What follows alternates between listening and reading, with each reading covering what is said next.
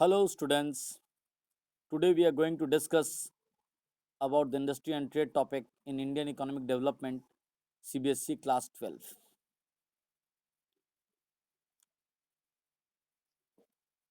This is the topics in Indian economy from 1947 to 1990 section. Let us discuss. Economists have found that poor nations can progress only if they have a good industrial sector. अर्थशास्त्रियों का यह अनुमान था कि कोई भी देश तभी तरक्की करेगा यदि वो अपने इंडस्ट्रीज को भी अच्छा पाल पोस कर खड़ा करे. Industry provides employment which is more stable than the employment in agriculture. Industries लोगों को ऐसा एम्प्लॉयमेंट रोजगार प्रोवाइड करता है जो कि काफ़ी स्टेबल है, टिकाऊ है, than the employment in agriculture, कृषि की तुलना में. It promotes modernisation and overall prosperity. Industries जैसे जैसे आपके देश में जड़ पकड़ेगा उससे मॉडर्नाइजेशन होगा, आधुनिकीकरण होगा एंड ओवरऑल प्रोस्पेरिटी, और समाज में संपन्नता आएगी. It is for this reason that the 5-year plans place a lot of emphasis on industrial development. और इसलिए हमारे देश के भारत जब आज़ाद हो गया 1947 में, तो धीरे धीरे ये कोशिश की गई कि हम इंडस्ट्रीज में भी अपने आप को डेवलप करें, क्योंकि ब्रिटिशर्स ने हमको ऐसे जगह छोड़ दिया था कि वो इंडस्ट्रियल इंफ्रास्ट्रक्चर को चौपट करके यहाँ से चले गए थे. कॉटेज इंडस्ट्री को चौपट कर दिया था, मॉडर्न इंडस्ट्री लगने नहीं दिया था. तो क्या हुआ आगे देखते हैं. Public and private sectors in Indian industrial development. At the time of independence, Indian industries did not have the capital to undertake investment in industrial ventures required for the development of our economy. मतलब आज़ादी के समय भारत इस स्थिति में नहीं था कि यहाँ के जो इंडिविजुअल्स हैं वो ह्यूज कैपिटल इन्वेस्ट कर सके, बड़े बड़े इंडस्ट्री खड़ा कर सके. Nor was the market big, ना ही हमारा अपना देश का बाजार उतना बड़ा था to encourage industrialists to undertake major projects even if they had the capital to do so. हाँ, और कोई भी प्रोडक्ट का बाजार इतना बड़ा नहीं था क्योंकि आम आदमी का आमदनी काफ़ी कम था, लो था. इसलिए अगर किसी प्राइवेट इंडस्ट्रियलिस्ट को भी प्रमोट किया जाए कि आप चलो मार्केट में उतरो, बिजनेस करो और ये बनाओ, इस बात से भी सरकार डर रही थी. It is principally for these reasons that the state had to play an extensive role in promoting the industrial sector. और इसलिए भारत सरकार ने सोचा कि हम इंडस्ट्रियल सेक्टर को प्रमोट तो करेंगे लेकिन वो अपने ही ओनरशिप में प्रमोट करेंगे. In addition, the decision to develop the Indian economy on socialist lines led to the policy of the state controlling the commanding heights of the economy, as the second 5-year plan put it. और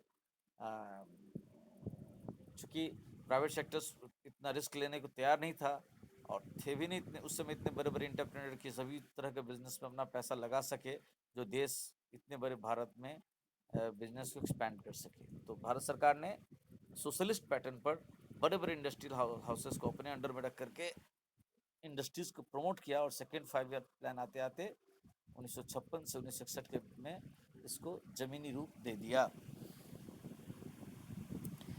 This means that the state would have complete control of those industries that were vital for the economy. मतलब सरकार अपने पास उस industry का control रखेगी जो देश की अर्थव्यवस्था के लिए काफ़ी जरूरी है. The policies of the private sector would have to be complementary to those of the public sector, with the public sector leading the way. और प्राइवेट सेक्टर सिर्फ पूरक भूमिका निभाएगा. वो छोटे छोटे बिजनेस किसी जहाँ वो चाहे वो कर सकता है. गवर्नमेंट उसको फोर्स नहीं करेगी कि आप फलाने इलाके में ही ये बिजनेस करो. और public sector leading role play करेगी, प्राइवेट सेक्टर उसके सपोर्टिंग में रहेंगे. Industrial policy resolution IPR 1956. In accordance with the goal of the state controlling the commanding heights of the economy, the Industrial Policy Resolution of 1956 was adopted. In accordance with the goal of the state, सरकार का जो लक्ष्य था controlling the commanding Heights of the economy, कि पूरे economy का जो economic aspect है उसको वो अपने कमांड में रखेगी. यही सोच करके IPR 1956 तैयार किया गया। This resolution formed the basis of the second 5-year plan, the plan which tried to build the basis for a socialist pattern of society. This resolution, ये जो सरकार का रिजोल्यूशन था IPR 1956, ये इसने एक आधार दिया सेकेंड 5-year प्लान में, the plan which try to build the basis of a socialist pattern of society, जिस समय सोशलिस्ट आधार पर यानी सरकारी व्यवस्था तंत्र से देश के इकोनॉमिक पैरामीटर्स को बूस्टअप करने की कोशिश की गई। This resolution classified industries into 3 categories, और IPR के हिसाब से उस समय के इंडस्ट्रीज को 3 कैटेगरी में डिवाइड किया गया। The first category comprised industries which would be exclusively owned by the state. पहली कैटेगरी में उन सब व्यवसाय को रखा गया जिनके मालिक पूर्णतः से सरकारें होंगी। The second category consisted of industries in which the private sector could supplement the efforts of the state sector, with the state taking the sole responsibility for starting new units. मतलब सेकेंड कैटेगरी में ऐसे industries को रखा गया जिसमें private sector could supplement, अगर वो चाहे तो इसमें अपना प्रयास लगा सकते, अपना ओनरशिप ले सकते हैं, with the state taking the sole responsibility for starting new units. और गवर्नमेंट यदि उनको साथ दे तो गवर्नमेंट की मदद से प्राइवेट सेक्टर्स कुछ कुछ इंडस्ट्रीज में जा सकते, नहीं भी जा सकते, ऐसा था। यानी स्टेट ही के पास ही रखेंगे, लेकिन चाहे तो प्राइवेट सेक्टर्स में आ सकते थे। The third category consisted of the remaining industries which were to be in the private sector. और थर्ड कैटेगरी में उन सब इंडस्ट्रीज को रखा गया जो प्योरली प्राइवेट सेक्टर्स के लिए ही छोड़ दिया गया कि ये सब सिर्फ प्राइवेट ऑर्गेनाइजेशंस करेंगे, गवर्नमेंट इन सब इंडस्ट्रीज इसमें कोई बिजनेस नहीं करेगी। Although there was a category of industries left to the private sector, the sector was kept under state control through a system of licenses. लेकिन जो थर्ड कैटेगरी था उस पर भी सरकार लाइसेंसी राज जिसको कहा जाता है कि सरकार जिनको लाइसेंस देती थी वही व्यवसाय कर सकते थे, जो तो उस व्यवसाय में नहीं उतर सकते थे। तो बड़ा ही ऑफिशियल प्रोसेस था, दौड़ भाग था, घूस था, लाल फीताशाही थी, जो थर्ड कैटेगरी के बिजनेस को फ्लरिश करने में काफ़ी बाधा डालती थी। No new industry was allowed unless a license was obtained from the government. और कोई भी प्राइवेट इंडस्ट्री खड़ा नहीं हो सकता था जब तक कि भारत सरकार उसे लाइसेंस ना दे। This policy was use for promoting industry in backward regions. इस माध्यम से भारत सरकार पिछड़े क्षेत्रों में प्राइवेट सेक्टर को इंडस्ट्री ग्रो करने का मौका दिया। It was easier to obtain a licence if the industrial unit was established in an economically backward area. और कोई भी प्राइवेट सेक्टर जितने पिछड़े क्षेत्र में कोई उद्योग लगाना चाहता था उसको उतने आसानी से लाइसेंस मिल जाता था।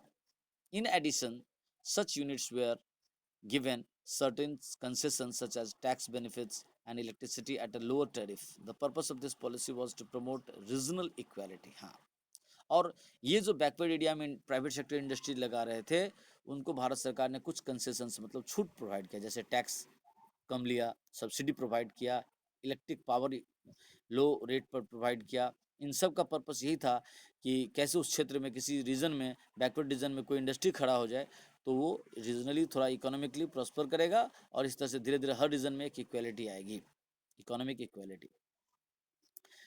Small scale industry SSI. A small scale industry is defined with reference to the maximum investment allowed on the assets of a unit.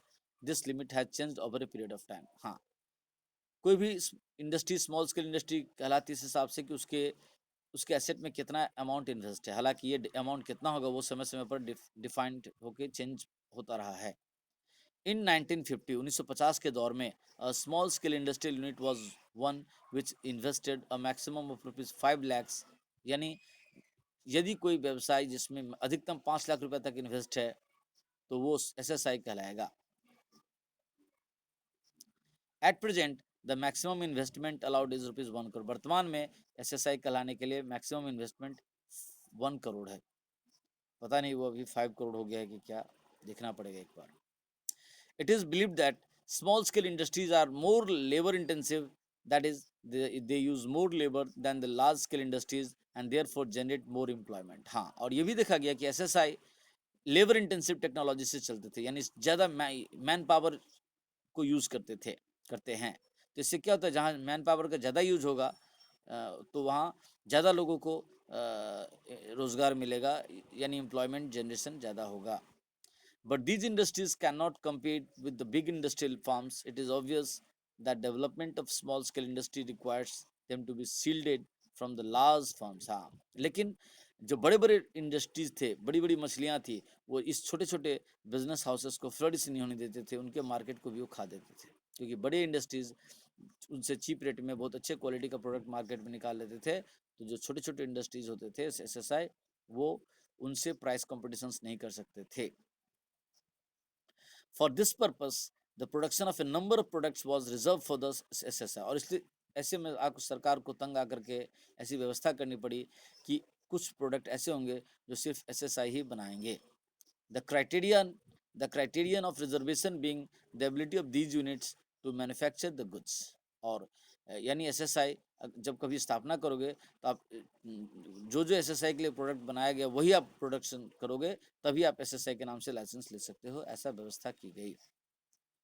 They were also given concessions such as lower excise duty and bank loans at lower interest rate, और small scale industries को भारत सरकार ने कम ब्याज दर पर कर्जा देना start किया, excise duty भी उनसे कम लिया, जिससे कि एसएसआई अपने दम पर खड़े हो सके।